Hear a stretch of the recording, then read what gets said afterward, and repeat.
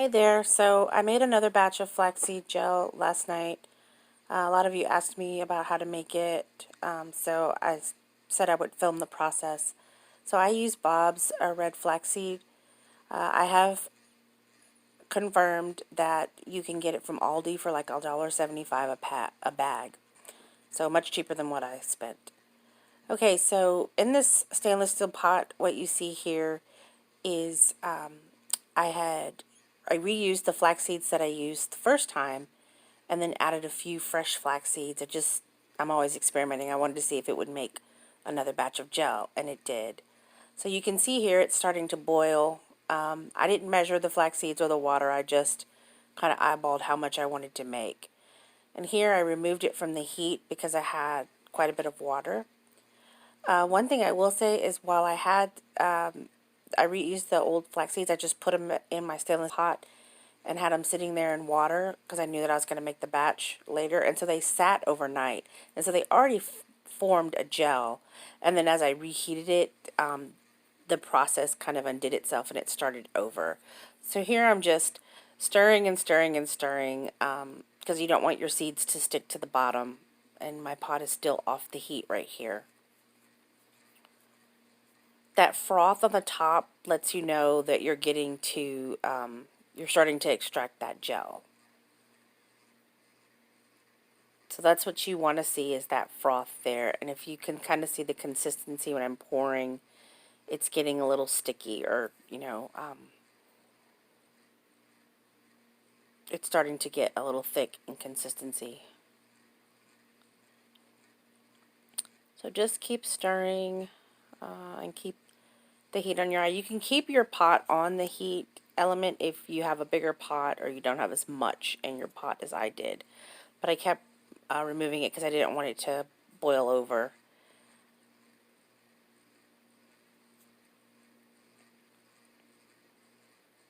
Just keep stirring, just keep stirring.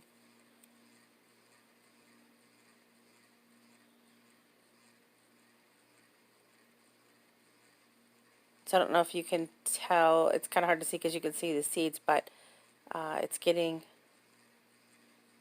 a little bit thicker. And especially if you take like that top layer of that frothy part, that's really, really very gel-like. So I'll tell you what, guys, I'm really excited to finally have tried this because honestly, when I first learned about it, I thought, well, who's got time to be making their own gel? And I'm sure it's not as good as regular gel, and I'm sure it doesn't have the same hold. So yeah, I'm good. I don't care about the chemicals or the extra ingredients.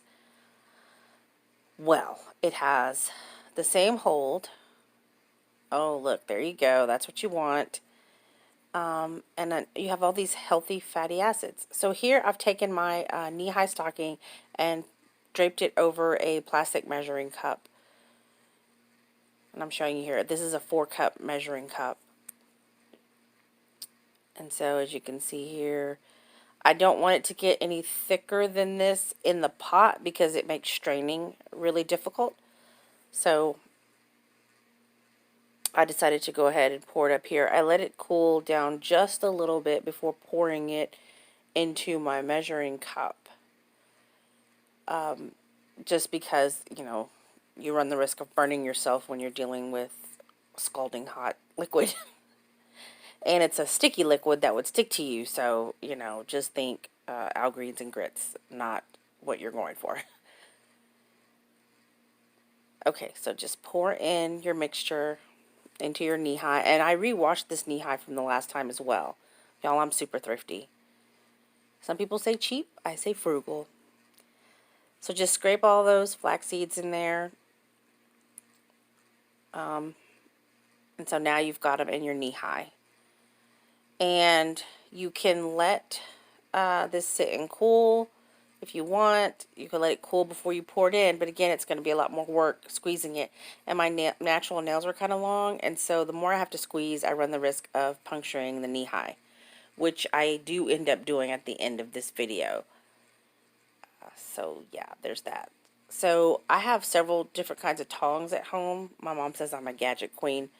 So I tried this one. This is my, these are my tongs for turning fish.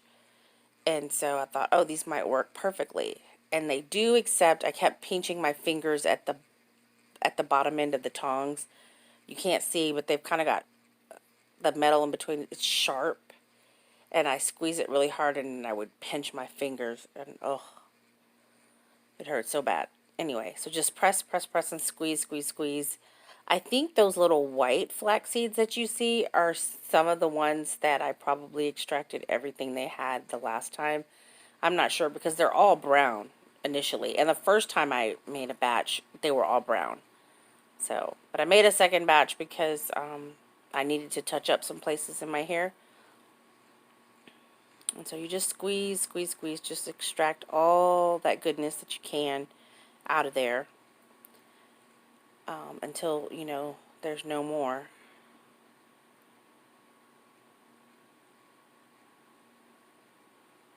Okay, and so this is what I got. I didn't think to read how much it is. So I really underestimated how much I had because this is my little mason jar and I filled it up really quick. So my batch was a little larger than I needed it to be, and so then I filled up a second jar, which you'll see here in this next scene. And this second jar, I decided to try adding clove to keep to preserve the gel.